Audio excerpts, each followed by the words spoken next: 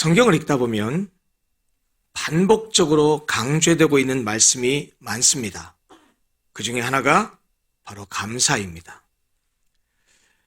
설교를 준비하면서 감사라는 단어로 성경을 검색을 해봤더니 188개의 구절이 검색되었습니다.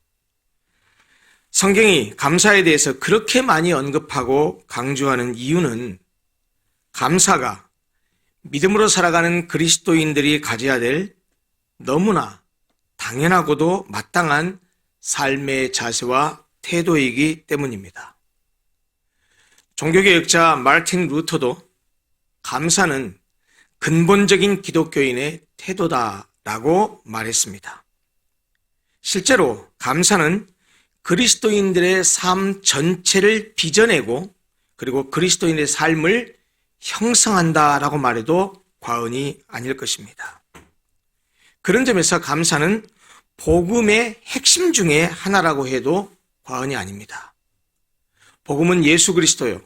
그리고 예수 그리스도의 말씀 안에 있는데 그 내용들을 파헤쳐 보면 그 핵심적인 내용 가운데 감사가 자리하고 있다는 말입니다. 나아가서 감사는 그리스도인의 신앙과 삶에 너무나도 커다란 의미와 가치를 가지고 있어서 단순히 감사는 신앙인들이 가져야 될 덕목 중에 하나다라고 말하기에는 너무 미약한 표현이다라고 말할 수 있을 것입니다. 저는 이제 말씀을 나누기 전에 먼저 여러분 스스로가 자기 자신에게 이런 질문을 해보실 것을 말씀드립니다. 한번 이 질문을 스스로에게 해보십시오. 나는 얼마나, 어느 정도 감사하며 사는가? 나는 무엇 때문에 감사하며 사는가? 나는 어떠할 때, 어떤 상황에서 감사하는가?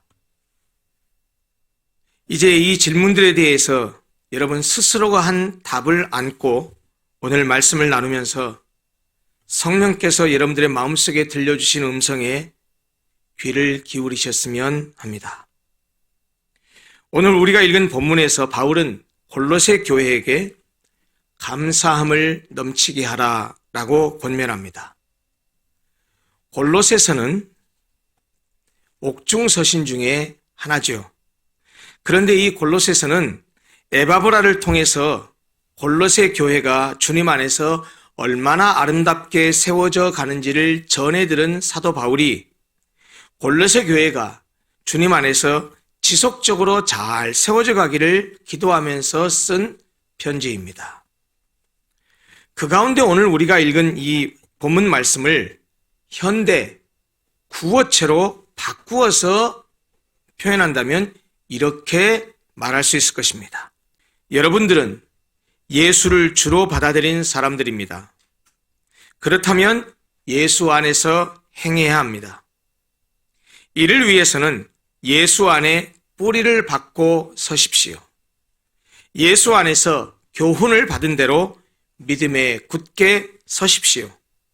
그리하여 감사가 넘치게 하십시오. 이 말씀을 자세히 들여다보면 아주 간단하고도 그리고 아주 명료합니다. 이 말씀은 예수를 주로 받아들인 그리스도인들에게 요청하고 있는 신앙적인 권면입니다. 맨 첫 번에 여러분들은 예수를 주로 받아들인 사람들입니다. 너희들은 예수를 주로 받은 자들이다라고 먼저 전제하고 이 말씀을 주십니다. 무슨 말입니까?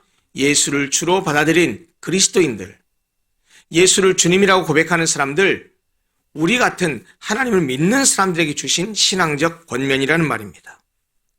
그러면 본문은 구체적으로 이 그리스도인들에게 어떤 권면을 하고 있습니까?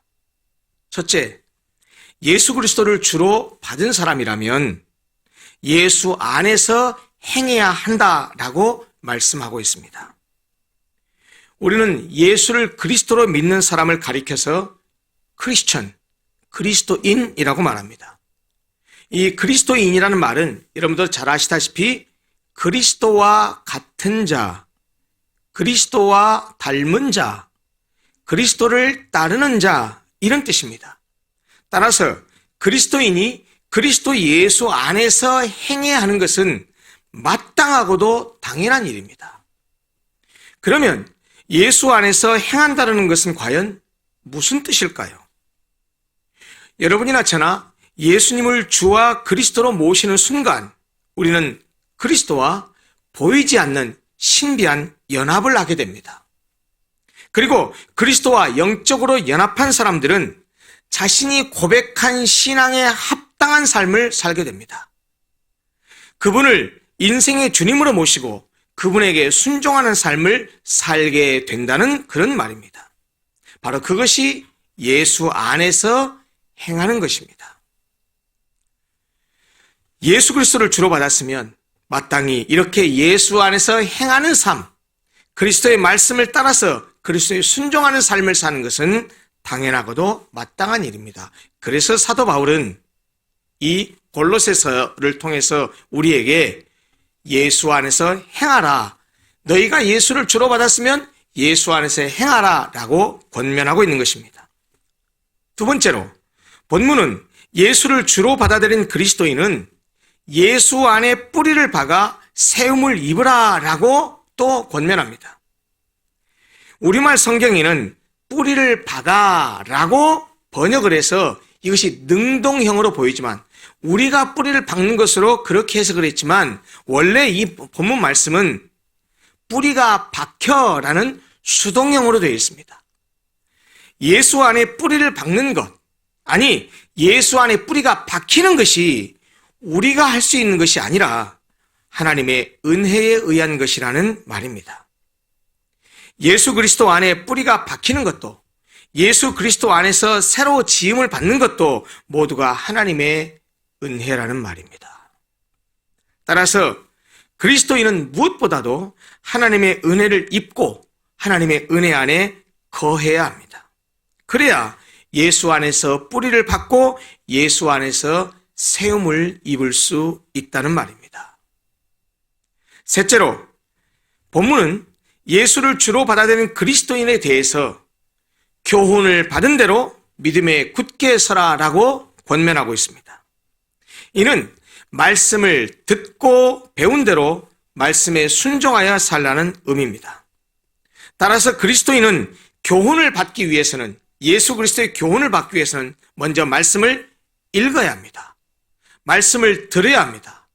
말씀을 묵상해야 됩니다. 그리고 구체적으로 말씀을 배워야 합니다. 그리고 그것을 통해서 받은 주님의 말씀을 자신의 삶의 원리로 삼아서 살아가야 합니다. 그것이 바로 믿음에 서는 것이다 라고 말할 수 있습니다. 그런데 이렇게 예수 안에서 행하고 예수 안에서 뿌리를 박아서 새로 지음을 받고 교훈을 받은 대로 믿음에 굳게 서는 것, 그 모든 것들은 결국 하나의 결과를 지향하고 있습니다. 오늘 본문이 그것이 무엇이라고 말합니까? 예, 감사함을 넘치게 하는 것입니다. 다시 말하면 예수 그리스도를 주로 받은 그리스도인들은 마땅히 예수 안에서 행해야 하고 마땅히 예수 안에 뿌리를 박아 지음을 받아야 하고 마땅히 교훈을 받은 대로 믿음에 굳게 서야 하는데 그렇게 하는 모든 것이 결국 감사를 넘치게 하기 위함이라는 말입니다. 이렇게 보면 신앙생활의 마지막은 신앙생활의 궁극적인 종착역은 감사, 그것도 넘치는 감사를 하는 데 있다고 말할 수 있습니다. 그러면 단순히 감사를 하는 것에 그치는 것이 아니라 감사함을 넘치게 하라라고 이렇게까지 성경이 우리에게 교훈하는 이유가 무엇일까요?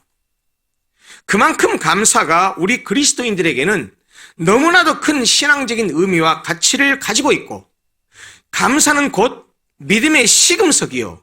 감사는 곧 신앙생활의 종착역이라고 말할 수 있기 때문에 이렇게까지 감사에 대해서 강조하는 것입니다. 무엇보다 그리스도인들에게의 감사는 예배자의 기본이기 때문에 감사함을 넘치게 해야 합니다. 하나님을 믿는 그리스도인들에게 신앙생활에서 가장 기본적이고 중요한 것이 무엇이냐라고 묻는다면 여러분 뭐라고 대답하겠습니까? 아마 이구동성으로 예배입니다 라고 말할 것입니다. 예, 그렇습니다. 그런데 이 하나님을 경배하는 예배의 가장 기본적인 자세와 태도는 무엇일까요? 그것은 하나님께 대한 감사와 찬양입니다. 따라서 예배를 예배답게 드리려면 하나님께 감사할 줄 알아야 하고 감사의 마음이 있어야 합니다. 그것이 예배자의 기본입니다. 감사 없이는 예배할 수가 없지요. 어떤 상황, 어떤 환경 속에서도 주님의 다스리심을 믿고 모든 것에 감사할 때 기쁨과 감격의 예배를 드릴 수 있는 것입니다. 그러나 감사가 없는 예배는 온전한 예배가 될 수 없습니다. 아니, 감사하지 않는 예배는 예배라고 말할 수 없는 것이죠. 예배가 예배되게 하기 위해서는 하나님에 대한 예배자의 감사가 넘쳐나야 합니다. 감사는 예배자의 기본이라는 말입니다. 둘째로, 그리스도인들에게 감사는 기도의 원동력이기 때문에 감사함을 넘치게 해야 합니다. 빌립보서 4장 6절은 우리에게 이렇게 말씀하고 있습니다. 아무것도 염려하지 말고 오직 모든 일에 기도와 간구로 너희 구할 것을 감사함으로 하나님께 아뢰라. 여러분, 우리가 잘 아는 사실이지만 기도는 하나님께 우리의 마음을 열고 대화하고 소통하는 것입니다. 그런데 만약 우리가 하나님에 대해서 불신과 불만과 원망하는 마음을 가지고 있다면 하나님과 대화하고 기도하는 것이 가능하겠습니까? 만약 그렇게 되면 우리가 기도를 뭐라고 표현하죠? 은유적으로 기도는 성도의 호흡이라고 말합니다. 그렇게 기도하지 못하게 되면 성도의 호흡인 기도를 못하게 될 것이고, 그렇게 되면 성도는 영적으로 질식하게 될 것이 뻔하고 결과적으로 어떻게 될까요? 영적으로 죽습니다. 감사하지 않는 것이 성도의 영적인 죽음을 가져오게 된다는 말입니다. 그렇기 때문에 모름지기 그리스도인들은 어떠한 환난과 슬픔과 고통 속에 있더라도 하나님의 사랑과 언약을 믿고 감사할 줄 알아야 합니다. 감사함으로 기도해야 한다는 말입니다. 셋째로, 그리스도인들에게의 감사는 헌신과 봉사의 원동력이기 때문에 신앙생활을 기쁘고 즐겁게 하기 위해서는 감사함을 넘치게 해야 합니다. 여러분 자신이 경험을 했을 수도 있고 주변에 그런 사람을 본 적이 있을지도 모르겠습니다. 교회만 왔다 갔다 하던 명목상의 그리스도인이었는데 어떤 연유인지 하나님이 부어주시는 엄청난 은혜를 받았습니다. 그때 보통 그렇게 하나님의 엄청난 은혜를 받으면 그 사람에게 어떤 일이 벌어지지요? 첫째, 무엇보다 그에게 모든 것이 달라 보입니다. 실제로 변한 것은 아무것도 없는데, 똑같은 세상인데, 똑같은 환경인데 은혜 받은 그에게는 세상이 모두 달라 보이게 됩니다. 그리고 좋아하던 세상적인 것을 누가 말하지 않아도 스스로 버리고 끊습니다. 그리고 입에서는 찬송이 넘쳐나고, 그리고 입만 열면 감사가 터져나옵니다. 주의 전을 사모합니다. 말씀을 사모합니다. 그래서 시간만 나면 교회에 갑니다. 교회에서도 물불을 가리지 않고 몸을 돌보지 않고 시간을 들이고 물질을 들이고 몸을 들여서 봉사하고 헌신합니다. 여러분, 바로 이런 것들이 은혜 받은 사람의 전형적인 증상 아닙니까? 저도 그랬습니다. 제 인생에서 하나님을 깊이 만나서 제 인생이 인격이 송두리째 변한 사건이 2번이 있었습니다. 고등학교 1학년 여름방학 때 영암 가학산의 중고등부 연합수련회 가서 마지막 날 계곡을 따라서 바위 위에서 하나님께 하나님 보여달라고 간절히 기도했을 때 그때 하나님을 깊이 만났습니다. 물론 저 하나님 본 적 없습니다. 하나님을 눈으로 본 게 아니고 그분이 제 심령에 찾아와서 인격적으로 주님을 만날 수 있었습니다. 그리고 예수를 뜨겁게 사랑하고 살다가 그때가 고등학생 때니까 얼마나 순진했겠습니까? 20살에 되고 대학을 가고 그런 자유분방한 삶을 살면서 주님을 사랑하던 그 사랑을 세상에, 문화에 빼앗기고 말았습니다. 그리고 예수 믿는 사람의 흔적만 남고 교회에서는 이런저런 봉사를 많이 했죠. 제가 대학원 다닐 때 교회에서 내가 하는 일을 한번 손으로 세봤더니요. 이 두 손으로 이렇게 세도 접었다 펴도 교회에서 하고 있는 일이 부족하더라고요. 근데 문제는 뭐냐? 제 안에 영적인 기쁨이 없었습니다. 성가대석에 앉아서 거룩 거룩 거룩 찬송했지만 제 안에는 거룩함이 없었습니다. 내가 매일 기쁘게 순례의 길 행함은 찬송해도 내적인 영적인 기쁨은 전혀 없었습니다. 그러다가 1996년 2월 달에 다시 주님을 깊이 만났습니다. 그때 제 증상이 꼭 이랬습니다.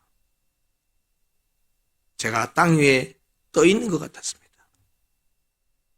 제가 사는 세상이 예전에 살던 세상이 아니었습니다. 제가 그렇게 즐겼던 세상적인 것들, 내가 좋아했던 것들, 한순간에 그런 것들이 의미 없고 가치 없게 느껴졌습니다. 그리고 내가 무엇을 위해서 살아야 할지, 어떻게 살아야 할지를 분명하게 발견했습니다. 그저 그냥 일주일 내에 교회 가는 것이 즐거웠고 교회 가서 이런 일 저런 일 하는 것이 행복했습니다. 토요일 날이면 아침 9시 10시에 교회 가서 추리닝 바람으로 교회 가서 예배당 청소하고 의자 줄 맞추고 형광등 나간 거 있으면 갈아 끼우고 주보 만들어서 출력해 놓고 목사님 이것저것 도와드리고 가서 화장실 변기 청소하고 그리고 교회를 전체를 다 돌아다니면서 청소하고 그러고 모든 일을 마치면 집에 11시 12시에 들어와도 그저 행복하기가 그지없었습니다. 은혜 받은 사람들의 전형적인 증상입니다. 그런데 받은 은혜를 잘 유지하고 간직해서 이런 변화가 오래도록 지속되었으면 좋겠는데 은혜가 떨어지면 은혜가 떨어진 게 아니죠. 우리가 은혜에서 떨어지는 것이죠. 우리가 은혜에서 떨어지고 은혜를 상실하면 개가 토했던 것을 다시 먹는 것처럼 버리고 끊었던 세상적인 것을 다시 찾습니다. 그리고 입에서는 감사가 사라지고 원망과 불평, 불만의 소리가 나옵니다. 급기야 기쁨과 즐거움을 하던 봉사와 수고가 하기 싫어지고 힘이 들 뿐만 아니라 그것이 하나도 기쁘거나 즐겁지 않습니다. 오히려 교회에서 하는 여러 가지 봉사가 일로 여겨집니다.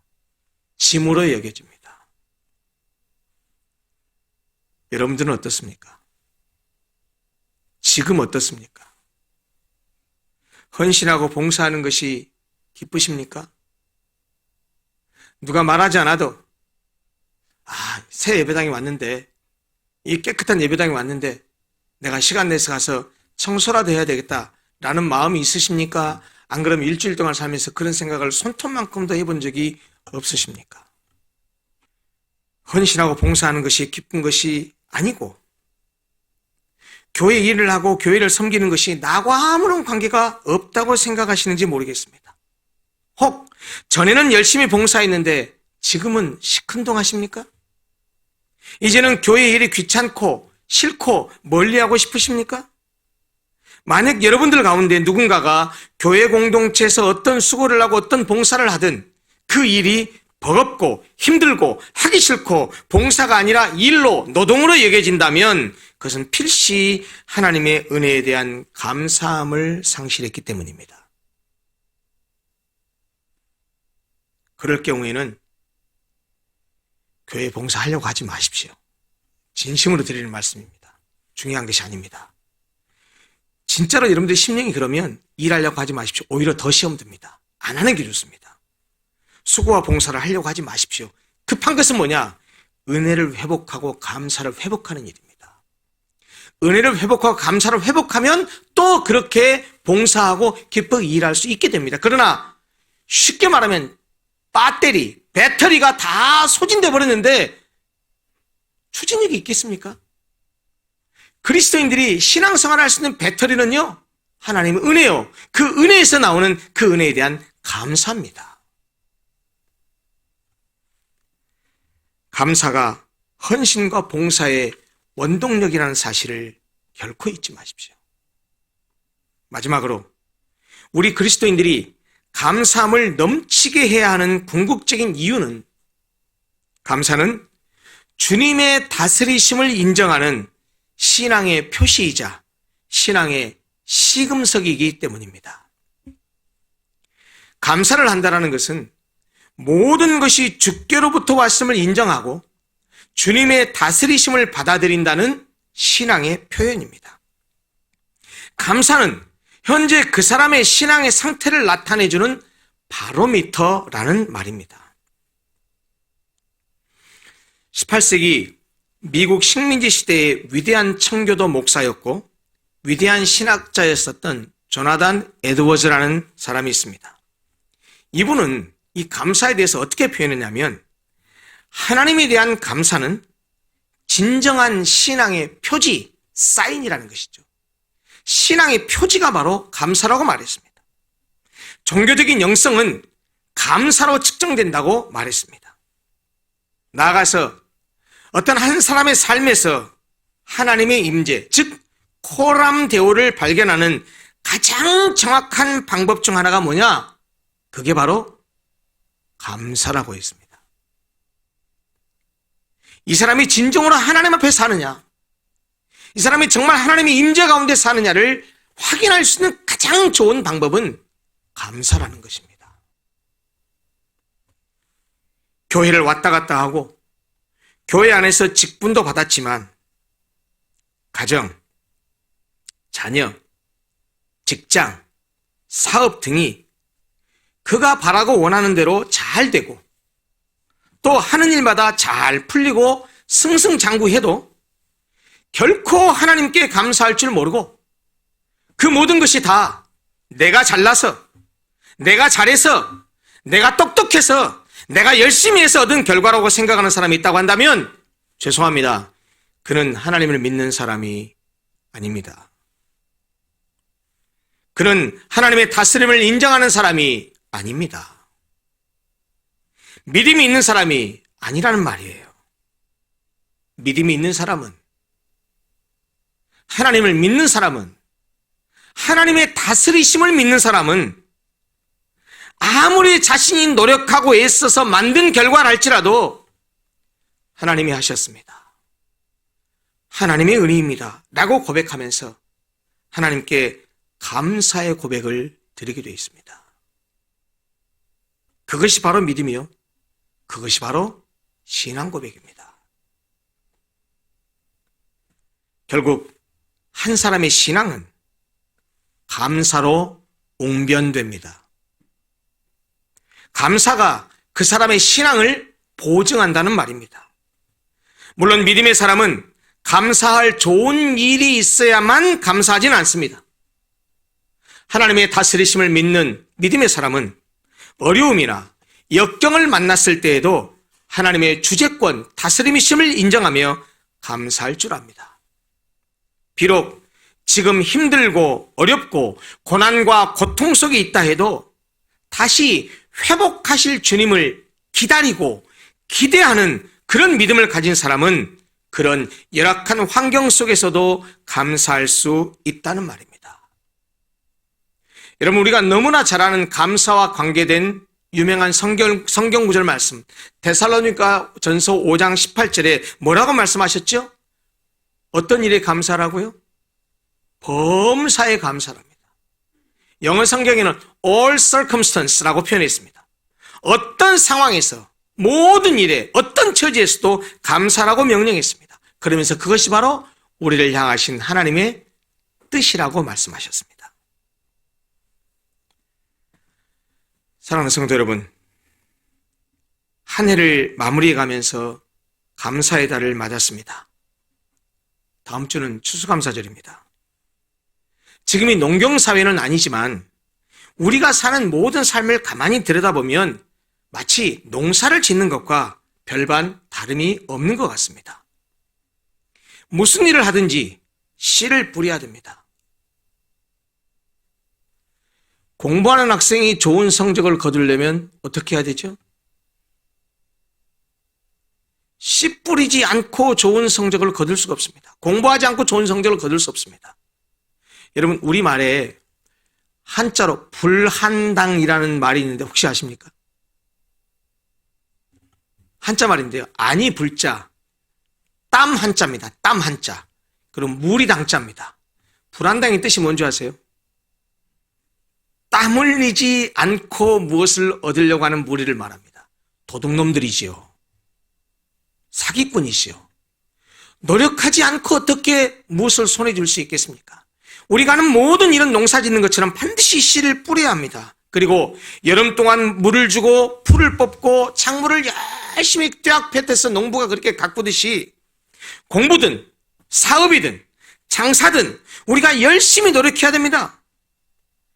그러고 나면 가을이 되었을 때 수확하고 추수를 하게 되듯이 우리가 어떤 일을 하든 그것이 학업이든 사업이든 기업이든 경영이든 장사든 무엇이든지 간에 결국 우리가 드린 노력과 수고에 대한 결과물을 받아들게 됩니다. 그런데요, 농부가 아무리 열심히 일을 해도 가뭄을 만나거나 태풍을 만나게 되면, 그런 자연재해를 만나게 되면 한 해 농사를 완전히 망치기도 하고, 열심히 노력한 대로 적당한 때에 비가 오고 적당량의 햇빛이 내려쬐고 적당하게 바람이 불고, 이런 자연을 통해서 자연이 주는 모든 은택을 입었을 때 그 결과를 풍년으로 맞이할 수 있듯이 우리가 행하는 학업, 사업, 장사, 경영 등 모든 것도 하나님의 은혜 없이는 좋은 결과물을 얻을 수 없습니다.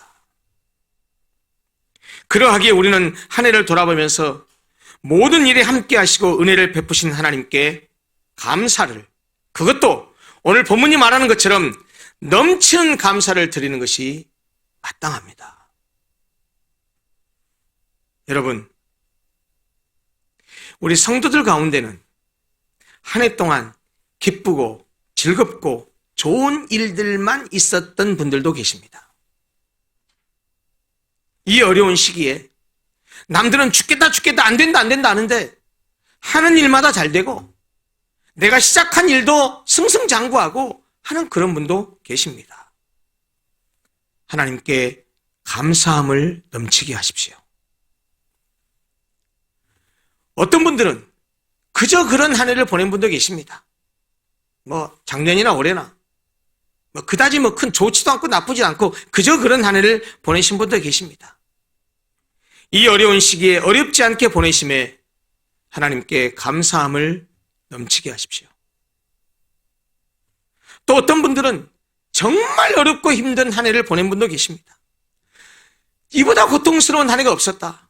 내가 가게를 오픈하고 올해처럼 이렇게 힘든 적이 없었다라고 그렇게 말씀하시는 분들도 계실 겁니다. 그래도 다시 일으키실 하나님을 기다리고 기대하면서 감사함을 넘치게 하십시오. 다음 주가 추수감사절입니다. 한 해 동안 하나님이 베푸신 은혜를 한 주 동안 되새기며 곱씹어 보시기를 원합니다. 그래서 은혜를 모르는 배은망덕한 사람이 아니라 은혜에 감사하고 그 은혜에 결초보은할 줄 아는 그런 믿음의 사람, 성숙한 그리스도인들이 다 되시기를 간절히 소원합니다. 기도하겠습니다.